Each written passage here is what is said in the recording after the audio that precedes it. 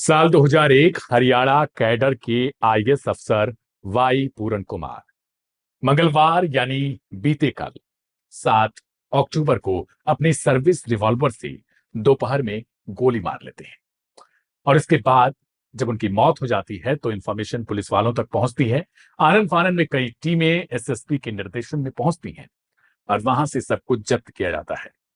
लेकिन जहां पर गोली मारी गई वो बहुत ज्यादा सवालों में उलझ चुका है, क्योंकि ये बेसमेंट था, साउंड प्रूफ। इस जगह का पहले चुनाव क्यों किया गया, गोली क्यों मारी गई और ऐसे समय में मारी गई जबकि उनकी पत्नी जो आईएएस अफसर है वो सीएम नायब सैनी के साथ में जापान के एक दौरे पर है, जहां वहां पर सरकार की कोई डील चल रही है। लेकिन इस बीच उनके पति ने जब ऐसा कदम उठाया तो न सिर्फ उन्हें आश्चर्यचकित होना पड़ा, बल्कि पूरा हरियाणा और पूरा देश इस बात से हैरान है कि एक एडीजीपी यानी additional director general of police, जिसे हाल फिलहाल में अभी जिनका तबादला किया गया था सुनारिया पीटीसी यानी पुलिस ट्रेनिंग सेंटर में, उन्होंने ऐसा कदम क्यों उठा लिया। अब क्या इतने बड़े पद पर रहते हुए भी किसी को इस कदर दबाव झेलना पड़ सकता है कि वो खुद को गोली मारे और अपनी ही सर्विस रिवॉल्वर से। मेरे साथ प्रशांत हैं।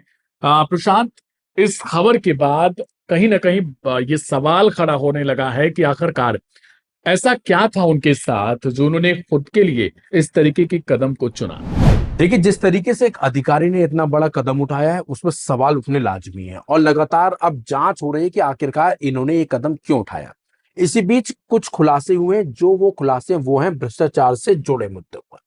खबर है कि किसी ने इनके खिलाफ शिकायत दर्ज करवाई थी। इन्हें ये डर था कि कहीं ऐसा ना हो कि इनका भी इसमें नाम आ जाए, कहीं ये ना फंस जाए। सवाल ये उठता है कि जब इन्होंने इतना बड़ा कदम उठाया तो घर पर कोई मौजूद था या नहीं था। तो उसमें खबर सामने आई है कि इनकी दो बेटियां हैं, एक बेटी विदेश में पढ़ती है, एक बेटी यहीं पर रहती है इनके साथ।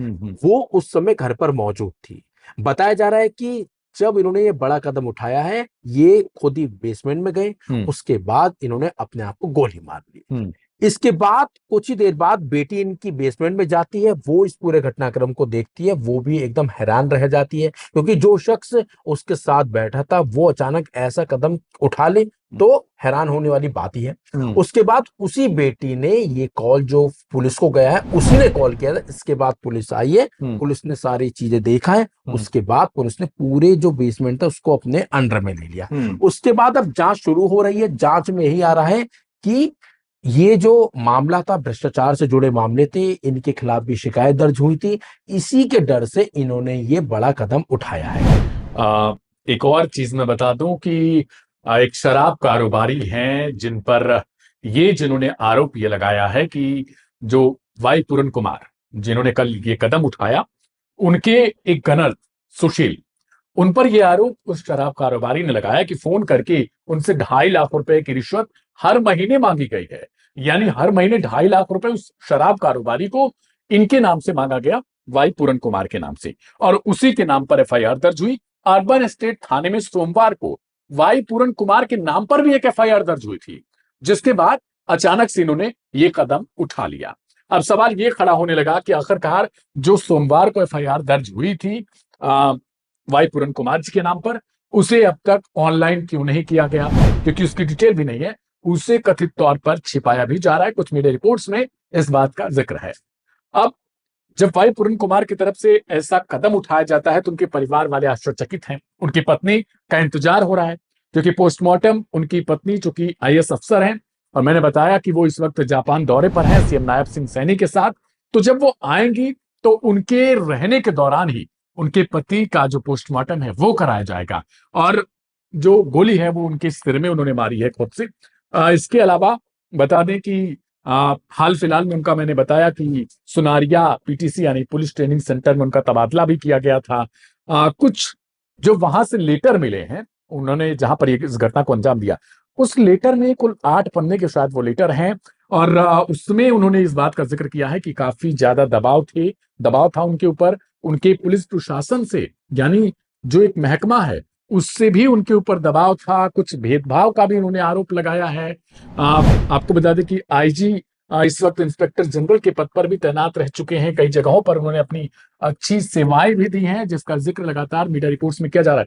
लेकिन उस आईपीएस अफसर के साथ, जो कि ऑलरेडी करीब करीब 25 साल की सर्विस दे चुका है, उसकी तरफ से जब ये कदम उठाया जाता है तो सवाल ये खड़ा होता है कि आखिरकार हरियाणा में ये अचानक से जो ये मामला हुआ, अब कहाँ ये जा सकता है, जांच किस तरफ मुड़ सकती है। रिश्वत मांगने का जो आरोप है, कहीं ऐसा तो नहीं कि उसके कारण उन्होंने ऐसा कदम उठाया?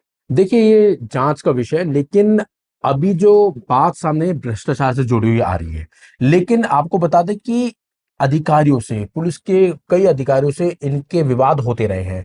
ये वाई पूरन कुमार ने साल 2022 में तत्कालीन जो गृह सचिव थे राजीव अरोड़ा पर उन्होंने भेदभावपूर्ण तरीका अपनाकर पूर्व डीजीपी मनोज यादव के पक्ष में जांच रिपोर्ट देने का आरोप भी लगाया था। यानी कि इनके जो विवाद हैं वो आज से नहीं है, लगातार उनके विवाद रहे हैं। बताते कि जब हरियाणा में विधानसभा चुनाव हुए थे तब भी कोई विवाद हुआ था, जब इन्होंने जो निर्वाचन अधिकारी उसके खिलाफ भी शिकायत करी थी।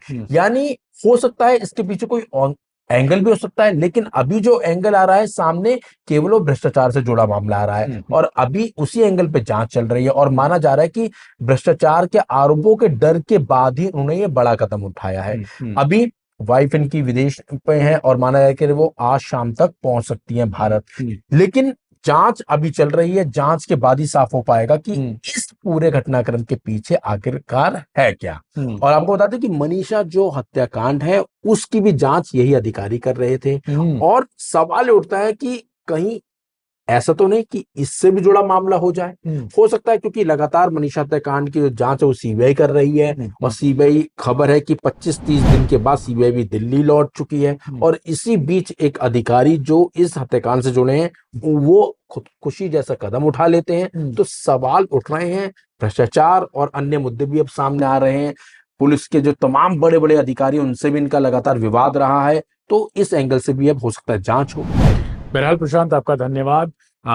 लेकिन जांच के बाद ही कुछ पता चल पाएगा, क्योंकि इस वक्त जो हालात हैं वो हरियाणा में बहुत सारे सवालों के आसपास घूम रहे हैं, उसके इर्द गिर्द घूम रहे हैं। एक तरफ पत्नी जो है वो विदेश दौरे पर है फिलहाल, और दूसरी तरफ पति इस तरीके से कदम उठाते हैं। एक बेटी अमेरिका में पढ़ती हैं, तो दूसरी तरफ एक बेटी उनके साथ चंडीगढ़ के सेक्टर 11 आवास में वहीं पर थी। उस दौरान क्या बेटी को कानो कान इस बात की खबर नहीं लगी?